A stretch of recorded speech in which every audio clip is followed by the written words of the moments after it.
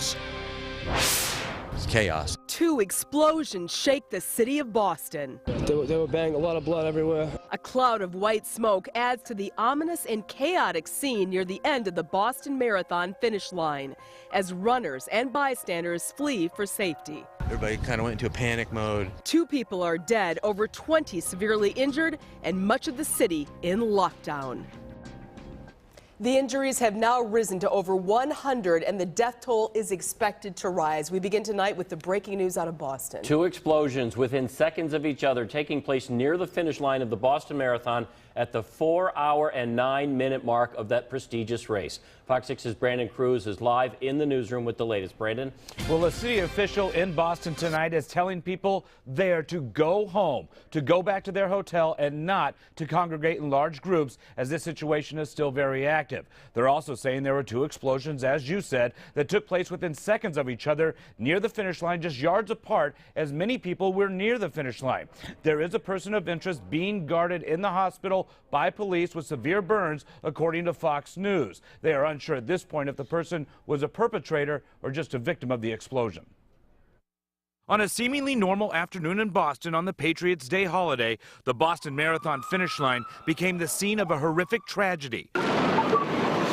2 explosions within seconds of each other rocked the area near the finish line 4 hours into the race, about 3 p.m. Boston time. The explosion looked like it was right outside the Marathon Sports, right by the finish line there, the building next to it. I was over there like literally 2 minutes before I walked down a little bit and heard 2 big explosions, large plumes of dust, smoke, glass. Obviously everybody was going crazy. At first it almost sounded like a cannon blast, but it felt so strong it literally almost blew my hat off. It's a time when many people gather around the area as many runners are finishing the race and fans from the Red Sox game have left the stadium. The first explosion took place at Boylston Street across from the public library. Moments later, another explosion from a garbage can occurs in front of Abe and Louie's restaurant, according to a newspaper reporter running the race. As emergency crews rush to the scene, the injured are treated and some are taken to area hospitals. Everybody started running the other way. There were a few people that were running over towards them to help out the injured, and there were some really bad injuries. Some people were very, very badly hurt. At 3:33 Boston time, Fox News reports that all bomb squad personnel are told to report to the scene. Bob-sniffing dogs are also brought to the scene as buildings in the area are evacuated.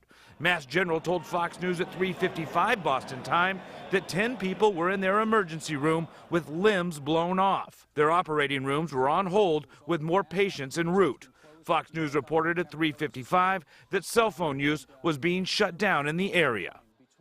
Now, officials confirmed there was a 3rd explosion. This was at the JFK Presidential Library. Moments ago, Boston PD said it was a fire unrelated to the other explosions. Now, all assets of the federal government are helping, including the FBI and the ATF, as well as the Massachusetts State Police, the Massachusetts National Guard, and agencies from all over the area. When the explosions took place and people began running, many left bags and other items behind, and those are now all being treated as suspicious until they are cleared. Also, flights over Boston are banned right now. Live in the newsroom, Brandon Cruz, Fox 6 News. And we are waiting word from the White House, and we'll bring that to you shortly. Brandon, thank you for the update of what happened.